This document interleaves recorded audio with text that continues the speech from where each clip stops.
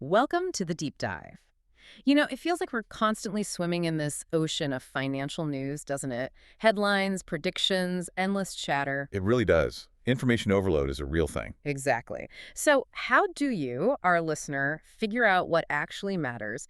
How do you find the real signal in all that noise? Well, that's kind of what we're here for, right? To cut through some of that static. Precisely.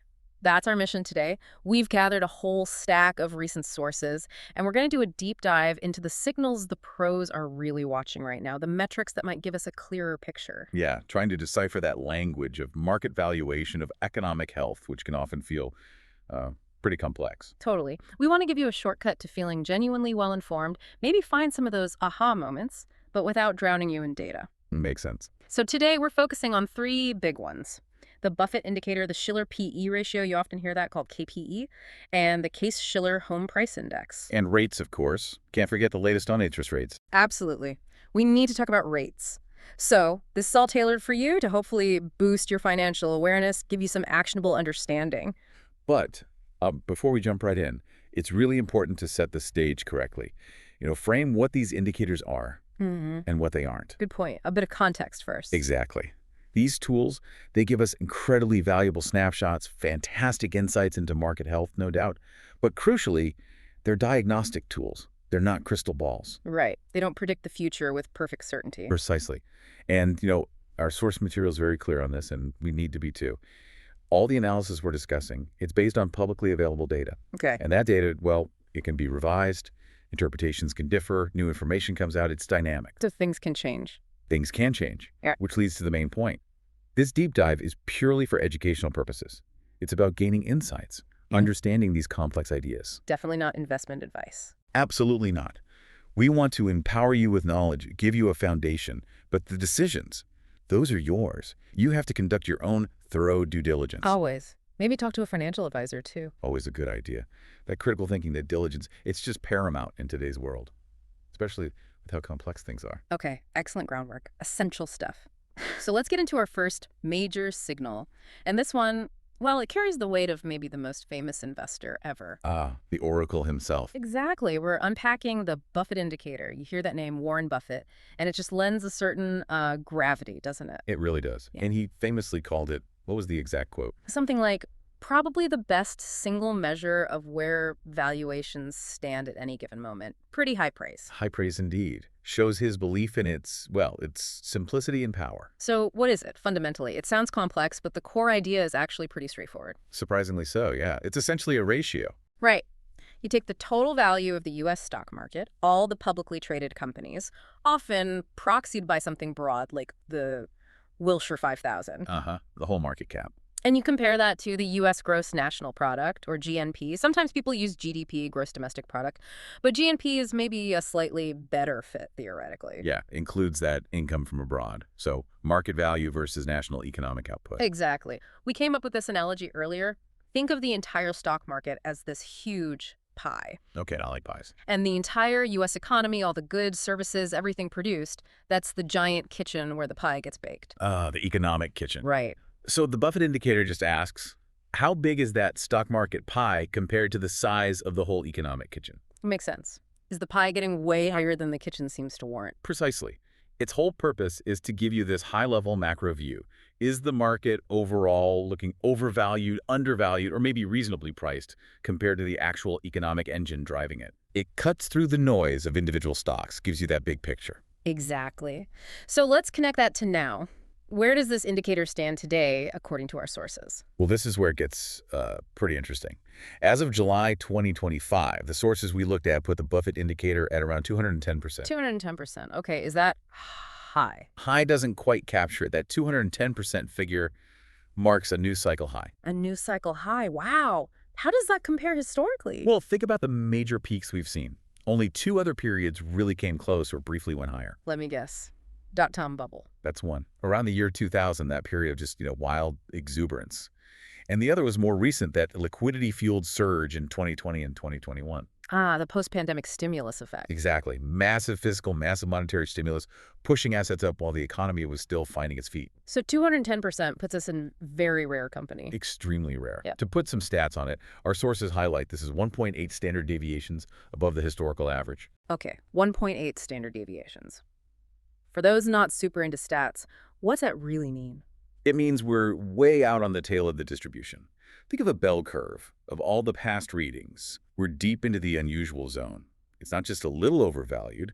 It strongly suggests the market is significantly stretched. Stretched compared to the underlying economy, prices have run much faster than economic output. That's the core message. It's a pretty strong caution signal just on its own. That statistical context is really helpful. And, the real power here, I think, is looking back, right? Seeing how this indicator behaved around big market turning points. Absolutely. History provides crucial context. So let's do that. Let's take a little trip back, say 1995. Okay, mid-90s. What was it then? Around 60%, which was seen as pretty fairly valued, kind of a baseline normal before things got, well, bubbly. Right before the dot-com mania really took hold. Exactly. Then, fast forward just 5 years to 2000, that peak dot-com craziness, where was the indicator then? It soared, didn't it? It absolutely soared, peaked around 150%. Now think about that. Everyone was caught up in the new economy hype. Irrational exuberance, as Greenspan famously called it. Right. But this indicator, relatively simple, was basically flashing bright red. Extreme overvaluation before the crash came. That's a powerful historical lesson right there, a signal cutting through this sentiment. It really is. Now, let's jump ahead again. What about after the next big crisis, the 2008 financial meltdown? So, post-crash, when fear was everywhere. Yeah, the indicator plummeted, dropped to around 50%. 50%, so the opposite extreme, deep undervaluation. Exactly, indicating the market was, on sale relative to the economy's potential. Huge buying opportunities looking back. If you had the stomach for it then. Huh, indeed. Nerves of steel required. Yeah. Okay, one more recent, very unique period, 2020, the pandemic onset. Ah, yes, that was a weird one. The indicator spiked. It did, jump to about 180%. And it was this strange mix, right? The market recovered incredibly fast thanks to stimulus. While GDP, the denominator, actually shrank sharply because of lockdowns. Exactly. So the ratio got pushed up by both sides. Market up, economy temporarily down, a complex signal. Showed resilience, but also maybe detachment from the immediate economic reality. Right.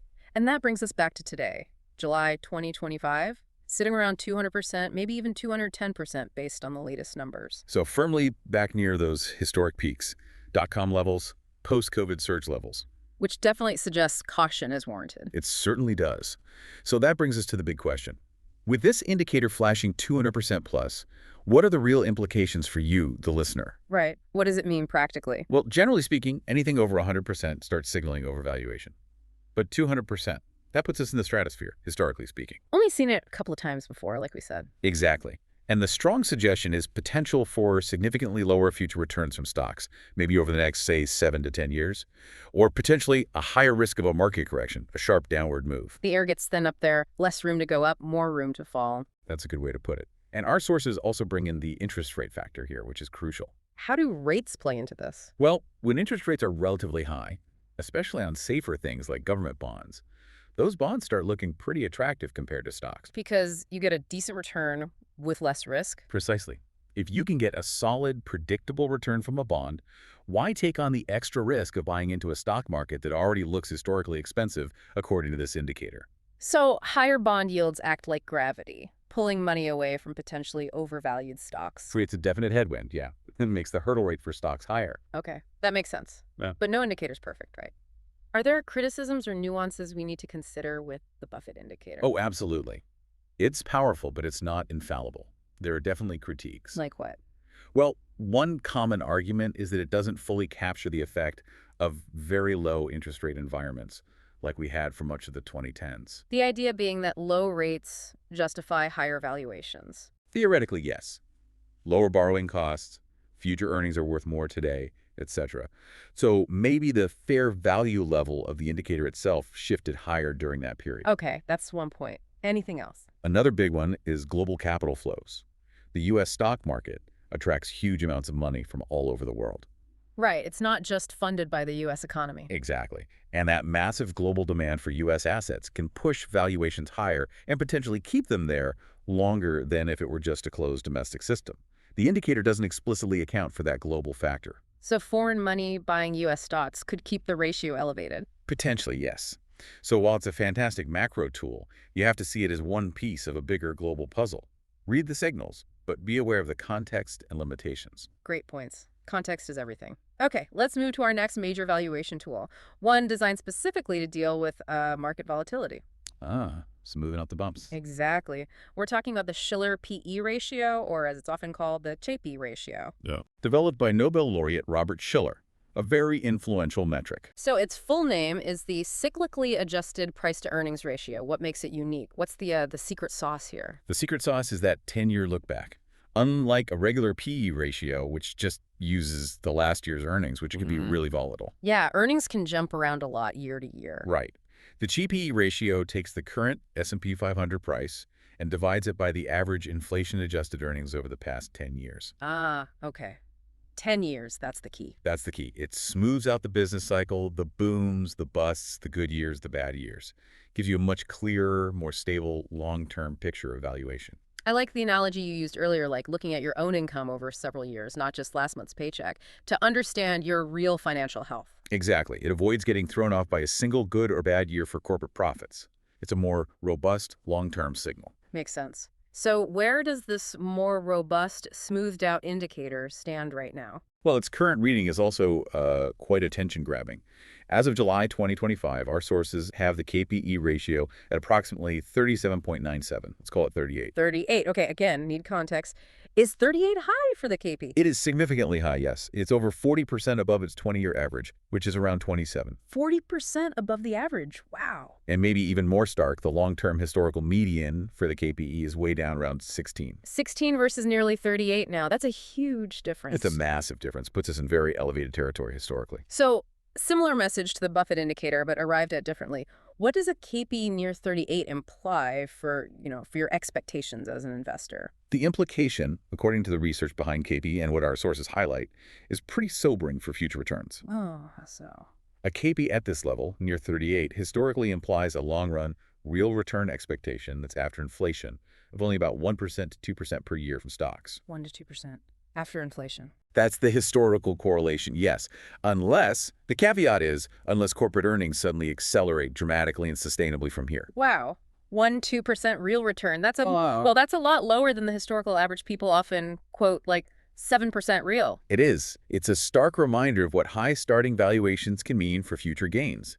It suggests much more modest returns ahead, mathematically speaking, unless something fundamentally changes in earnings growth. That really recalibrates expectations. Okay, let's look at the KP's history too. Has it flagged previous bubbles? Oh, absolutely. Its track record is arguably even more famous or infamous than the Buffett indicators in this regard. Really? Let's walk through it. Back to 1995 again. Okay, 1995, the KP was around 20, Yeah. a bit above the long-term median of 16, but not extreme, stable. Right. Then the dot-com boom. Then the dot-com boom happened, and by the peak in 2000, the KP ratio hit an unbelievable 44.2. 44.2. That's even higher than today's 38. It is. That 44.2 remains the highest reading ever recorded for the KP ratio. It was screaming irrational exuberance, louder than almost anything else. An undeniable red flag before the crash. Undeniable in hindsight, yes.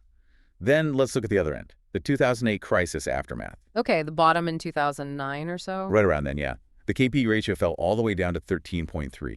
13.3, below the median of 16. Way below. It was a 20-year low at the time, signaling deep undervaluation, a major potential recovery point. Opposite signal, just as strong. What about the 2020 pandemic period? During that volatile time, with the market rebound and weird earnings, the KP rose to around 33. Still high, but not quite dot-com peak levels. Not quite 44, no.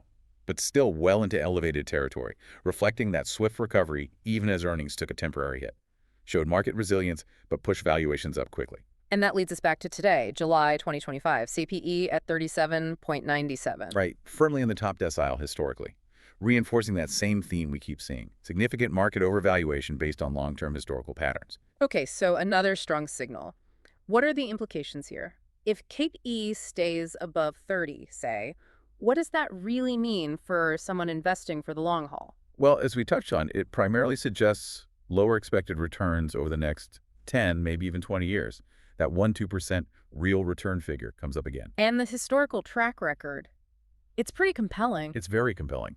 High KB ratios, like the ones we saw before 1929, before 2000, and before 2008, they have consistently preceded major market downturns. So it's acted as a reliable, if often ignored, warning sign? Exactly. History doesn't repeat perfectly, but that pattern is hard to ignore. It suggests that when valuations get this stretched relative to smooth earnings, the market becomes much more vulnerable. But again, are there counterarguments, criticisms of the CPE ratio we should know about? Yes, definitely. Just like the Buffett indicator, it's not perfect, and there are valid points raised against it. Such as? One major critique, often associated with Jeremy Siegel, is about changes in accounting standards. GAAP accounting today might be more conservative than decades ago. Meaning reported earnings might look lower, which artificially pushes the PE ratio higher. That's the argument, yeah.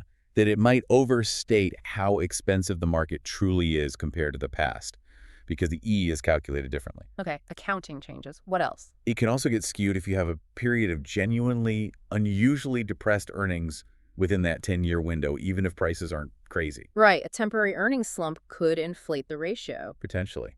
And similar to the Buffett indicator, there's the argument about interest rates.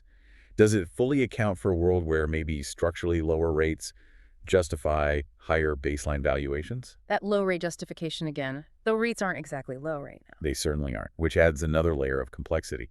Maybe the low rate argument held more water a few years ago than it does today. Good point. So again, a powerful lens, but one that needs to be viewed alongside other data and with these nuances in mind. Precisely. It's part of the mosaic, not the entire picture. Okay, excellent. Let's shift gears now. We've looked at the overall stock market valuation from a couple of angles. Now let's turn to something tangible, something huge for the economy. The housing market. Right. Bricks and mortar. Let's talk Case-Shiller. The Case-Shiller Home Price Index. Everyone hears about it, especially if you're buying or selling. But what is it exactly, and why is its method so important? Well, the full name is the S&P CoreLogic Case-Shiller U.S. National Home Price Index. Bit of a mouthful. Just rolls off the tongue. Huh, yeah. But the key thing, the really clever part, is its methodology. The repeat sales method. Repeat sales, what does that mean? It means instead of just looking at the average price of all homes sold in a month, which can be skewed if, say, a bunch of luxury homes sell. Right, making the average jump even if normal home prices didn't change. Exactly. Case-Shiller tracks the price changes of the same individual houses over time each time they're sold. Okay. So it compares apples to apples, tracking the same property's value change. Precisely. It filters out that mix shift noise. It gives you a much cleaner inflation-adjusted picture of actual home price appreciation or depreciation. So it reflects genuine market trends better. Much better. Its purpose is to give us that robust pulse of the housing market, which is so critical for household wealth, consumer confidence, the whole economy, really. Makes sense. So what's the pulse reading right now? How's housing doing in mid-2025? Is it still red hot? Well, it's fascinating. It seems to be defying gravity to some extent. The latest data we have for June 2025 puts the national index at about 335.49. Okay, 335.49, that's an index number. Baseline is 100 in the year 2000. Correct, and it's seasonally adjusted. Now, this number is up from 330.22 back in March. So still going up. Are these record highs? They are. This confirms we are still hitting record national home prices. The market hasn't rolled over. Wow. Despite higher mortgage rates. Despite higher mortgage rates. However, there's a subtle but important detail in the latest numbers. Oh, what's that? While prices hit a new record, the monthly gain actually slowed down. It was less than 0.4%. Less than 0.5% gain month over month. So still rising, but the pace is slowing, like it's losing some steam. Potentially, yes. It suggests some deceleration, even if the overall level is still peak. It's like climbing a hill, still going up, but maybe the slope is getting less steep. Interesting nuance. And there's a lag with this data too, right? Crucial point. Yes. The Case-Shiller data is lagged.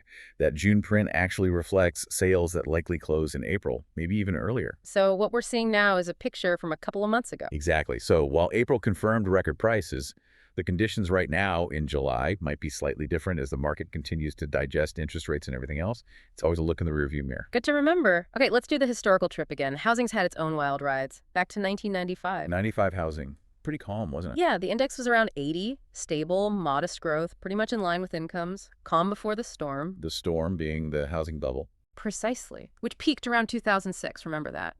Lax lending, flippin' shows everywhere. Oh, I remember. Prices seemed like they could only go up. And the index reflected that. It surged to about 185 by 2006, more than doubled in about a decade. And then? The bust. And then the bust. The 2008 crisis hit and the index fell sharply. bottomed out around 130 by 2012. A huge drop. Wiped out years of gains for many. A critical historical marker indeed. Absolutely. Now, more recently, the pandemic boom, 2020 to 2022. What happened then? Unprecedented surge. Fueled by rock-bottom interest rates, people wanting more space, limited supply. Yeah, perfect storm for price increases. And the index shot up. Went from around 210 to about 310 in just a couple of years. Just incredible acceleration. Faster than even the bubble years in terms of pace. In terms of sheer pace, yes. It was extraordinary. And that brings us to now, July 2025. Index at 335.49, still near those all-time highs, even with higher rates. Reflecting that persistent demand, but maybe, just maybe, starting to feel the effects of those higher rates with that slowing monthly gain. So what does this sustained record high level, even with slight slowing, mean for people right now? Buyers, owners. It means the market's shown remarkable resilience, but our sources are pretty consistent. It looks potentially overvalued due to high prices relative to incomes and interest rates. Affordability is the key word here, isn't it? Absolutely. For buyers, it means continued significant affordability challenges. Homes just cost a lot relative to typical incomes and what people can borrow at current rates. Big hurdle. But why haven't prices fallen more significantly then, if affordability is so stretched? That's the other side of the coin. Supply constraints. There just aren't enough homes for sale in many areas. The inventory issue. Exactly. Lack of new construction for years. People locked into low mortgage rates not wanting to move. It creates this fundamental supply-demand imbalance. Plus maybe inflation and building costs. That too. Materials, labor, it all adds up. Right. So these factors might be putting a floor under prices, preventing a sharp crash, even with affordability issues. So a tug of war between stretched affordability and tight supply. That's a great way to describe it. But the risk of a correction is still there. If rates go higher or the economy weakens significantly, demand could drop off. It's a delicate balance. And we need to watch the upcoming data releases, right? Like the one mentioned for July 29. Yes, keeping an eye on the freshest data is key because of that lag. And the source specifically highlights that mortgage rates staying above 6% for a conventional 30-year loan have definitely tightened affordability even more since the spring data we're seeing now. So the pressure is building. How much more can prices rise if borrowing costs stay high or go higher? That's the million-dollar question. It really is. The index reflects trends. It doesn't predict the timing of a potential turn perfectly. Got it. Okay, let's pivot to something that influences everything we've talked about. Interest rates. The underpinning of it all, really. Let's unpack this rates narrative, specifically focusing on the yield curve. We hear about the 210 spread all the time. What is that, simply? Simply put, it's the difference in the interest rate, or yield, between the 10-year U.S. Treasury bond and a 2-year U.S. Treasury bond. 10-year yield minus 2-year yield. Why is that specific difference so important? Why does everyone watch it? Because historically, it's been one of the most reliable recession predictors we have. A recession predictor? How? When the 2-year yield goes higher than the 10-year yield, meaning the spread turns negative, or the curve inverts, that is almost always preceded an economic recession in the U.S., often by about 6 to 18 months. Wow. So short-term rates being higher than long-term rates is a bad sign, like the bond market is worried about the near future. Exactly. It signals pessimism about the short to medium-term economic outlook. It's a powerful, historically validated signal. Okay, so what's the latest news on this 210 spread? Has something significant happened? Yes, something quite significant, according to our sources. The 10-year yield has been around 4.35%, while the 2-year yield has actually dipped down to around 3.9%. So the 10-year is now higher than the 2-year again? Correct. Which means the 210 spread has turned positive for the first time since October 2023. Ah, so the yield curve has uninverted. It's back to a normal upward slope. That sounds like good news. Economy is safe. Well, this is where it gets counterintuitive and really interesting. On the surface, yes, uninversion sounds positive. But historically... Uh-oh, there's a but. There's a but. Historically, these uninversions, the curve going from inverted back to positive, often happen months before a recession actually starts, not after it's over. Wait, say that again? Uninverting happens before the recession hits. Why? The thinking is the bond market starts anticipating that the Federal Reserve will have to cut interest rates soon because the economy is slowing down or heading into recession. Those anticipated rate cuts push longer-term yields up relative to shorter-term ones, causing the uninversion. So the uninversion itself might be a signal that the market expects trouble ahead, leading to future rate cuts. Precisely. It's a very nuanced signal. So the key takeaway from our sources is emphatic. Cyclical risk is not off the table just because the curve uninverted. Wow, that's a critical nuance. Seemingly good news might actually reinforce the underlying risk. That demands careful interpretation. It really does. Don't just take the headline uninversion as an all-clear signal. History suggests caution is still very much warranted. Okay, so we've walked through the Buffett indicator, Schiller PE, Case-Shiller, and now this tricky rates narrative. Let's try to tie it all together. What's the combined message here? When you pull back and look at the whole picture, the signals on valuation are remarkably consistent, aren't they? They seem to be. Both the Buffett indicator way up at 200% plus and the Schiller PE near 38. Both strongly suggesting the stock market is significantly overvalued compared to historical norms. And the implication there again is potentially lower future returns or higher risk of a correction. Right. Then you layer on the housing market context, Case-Shiller at record highs. But maybe showing signs of slowing and facing that affordability crunch. Our sources called it potentially unsustainable if economic conditions tighten. Exactly. So you have elevated prices in stocks, elevated prices in housing, a picture of expensive assets across the board. So what does this mean for market pricing overall? What are investors expecting? Our sources use a phrase that really captures it.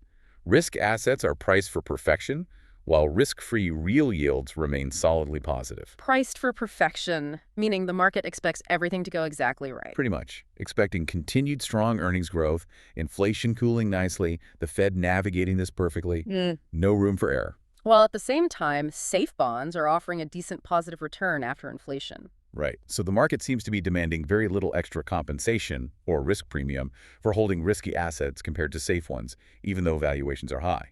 It implies, as one source put it, a thin cushion. A thin cushion against what? Bad news. Exactly. Against any disappointment, the source elaborated.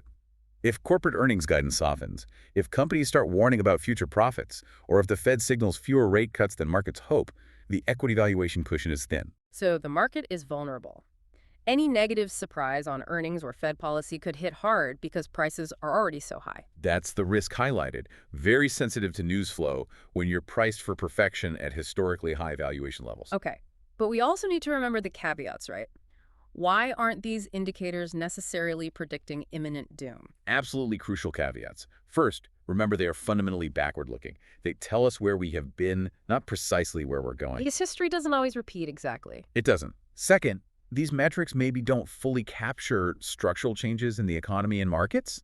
Like the long-term impact of potentially lower global interest rates, even with recent hikes, like those massive global capital flows into the U.S. we discussed, like the persistent housing supply shortages.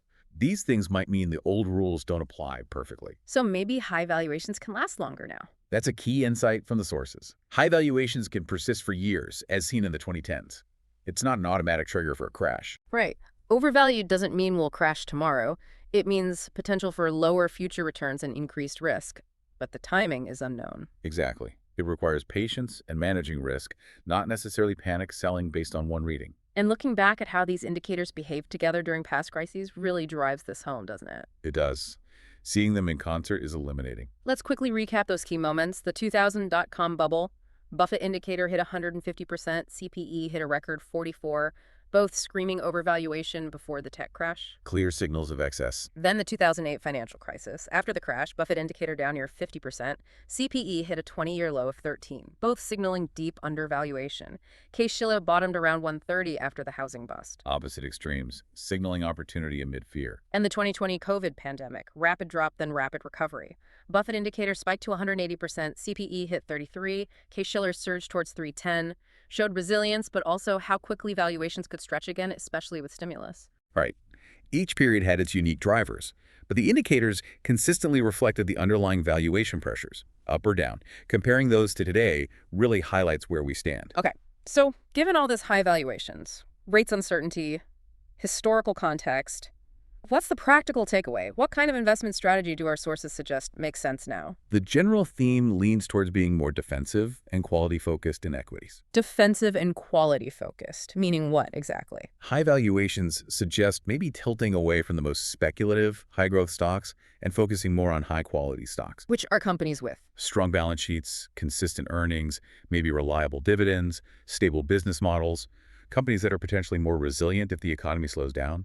And diversification remains key, always. Spreading your bets. Absolutely. Don't put all your eggs in one potentially overpriced basket. The source specifically said portfolios tilted toward quality balance sheets, reasonable cash flow yields, and a liquidity buffer still look prudent. Let's break that down quickly. Quality balance sheets means low debt, good cash reserves. Exactly. Financial strength. Reasonable cash flow yields means the company generates good cash relative to its stock price. Right. Cash they can use for dividends, buybacks, paying down debt, weathering storms. And the liquidity buffer just means keeping some cash handy. Yes. Having some cash or easily sold assets gives you flexibility. Flexibility to ride out downturns, meet unexpected needs, or even take advantage of opportunities if markets do correct. Okay, that makes sense for stocks. What about housing? For housing, the message is caution for buyers due to those affordability issues. Prices are high relative to incomes and rates. So maybe wait if you can. Or be very careful about stretching your budget. That seems to be the implication for buyers. But for existing homeowners, or the market overall, those supply shortages might limit big price drops. It's still a tight market in terms of inventory. That tension again.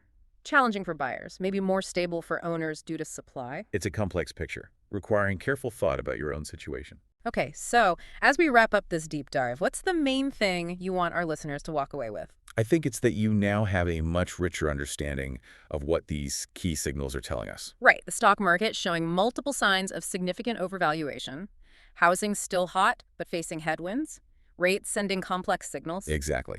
And the critical takeaway isn't necessarily alarm, but awareness. Awareness that valuations are high, risks are present, and future returns might be lower than in the past. So the need for caution, prudence, adaptability, and a nuanced view. Perfectly put. Avoid simple narratives. Understand the complexities, the caveats, the historical context. That's what being truly well-informed is about. Makes sense. And maybe, just maybe, it leads to a final thought for you, our listener, to chew on. Okay, hit us with it. Given this environment we've discussed, this price for perfection market, how might your own definition of perfection need to evolve? When even good news, like an uninverted yield curve, might carry hidden risks, how does understanding these deeper currents change how you approach your financial planning, or even just how you consume financial news? That's a great question. Looking beyond the headlines, demanding more context, thinking about what perfection really means in a complex world, something definitely worth pondering. Hopefully. Well, we really hope this deep dive gave you that valuable shortcut to feeling genuinely well-informed, armed with insights from these crucial market signals. We covered a lot of ground. We certainly did. And if you found this valuable, please do consider supporting us. You can like and subscribe on Apple Podcasts, Spotify, or our YouTube channel. Just search for Deep Value Investing. Your support really helps us keep doing these deep dives. It absolutely does. And hey, if you want to explore value investing further, don't forget to check out the book list we've put in the episode description. Some great resources there. Good stuff in there. And one last thing, we're actually working on a project to create a Buffett indicator app, turning his wisdom into a daily tool for investors. If that sounds interesting, you can learn more and support the mission via our GoFundMe link, also in the description. That would be a cool tool to have. We think so too. Thank you so much for joining us on the deep dive today. We hope you feel more informed and empowered. Thanks for listening.